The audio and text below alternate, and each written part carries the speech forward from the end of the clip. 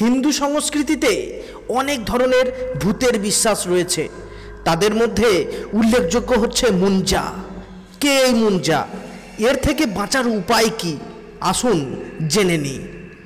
অজানা তথ্য presence FTF চ্যানেলে।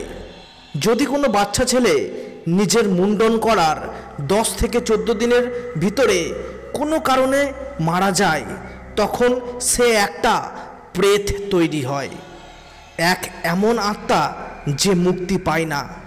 এরই নাম মুঞ্জা। এই আত্মারা রাত্রে অসত্য গাছে ঘোরাঘুরি করে।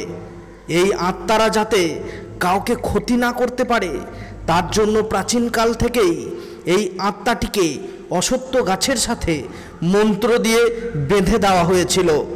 এই জন্যই যখন কোনো ছেলে মুঞ্জা তৈরি হয়, তখন সে অসত্য গাছে থাকে। এই আত্মাটির কাছে অনেক ধরনের শক্তি থাকে। এরা অদৃশ্য হয়ে ঘুরে বেড়ায়, কিন্তু এদের একটি সমস্যা আছে। এদের নিজেদের বাড়ির লোকেরাই শুধু এদেরকে দেখতে পায়। এরা এতটাই ভয়ানক হয় যে কোনো মহিলার পেটে যদি কোনো শিশু থাকে, তাহলে সেই শিশুটিকে ওই পেটের মধ্যেই মেরে দিতে পারে তারা। এদের কাছ থেকে কোনো রকমে জাদুটোনা তন্ত্রমন্ত্র বাঁচাতে পারে না। হ্যাঁ, তবে এদের হাত থেকে বাঁচার একটি সহজ উপায় আছে।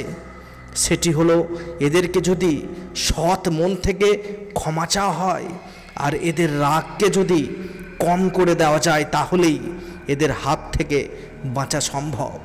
কারণ বলা হয় নাকি, এরা কাউকে তখনই জ্বালাতন করে যখন এদের সেই ব্যক্তিটির ওপর কোনো কারণে রাগ হয়ে আসে। ভিডিওটি আপনাদের কেমন লাগলো তা অবশ্যই আপনারা কমেন্ট বক্সে কমেন্ট করে জানান। ভিডিওটি দেখার জন্য আপনাদের অসংখ্য ধন্যবাদ।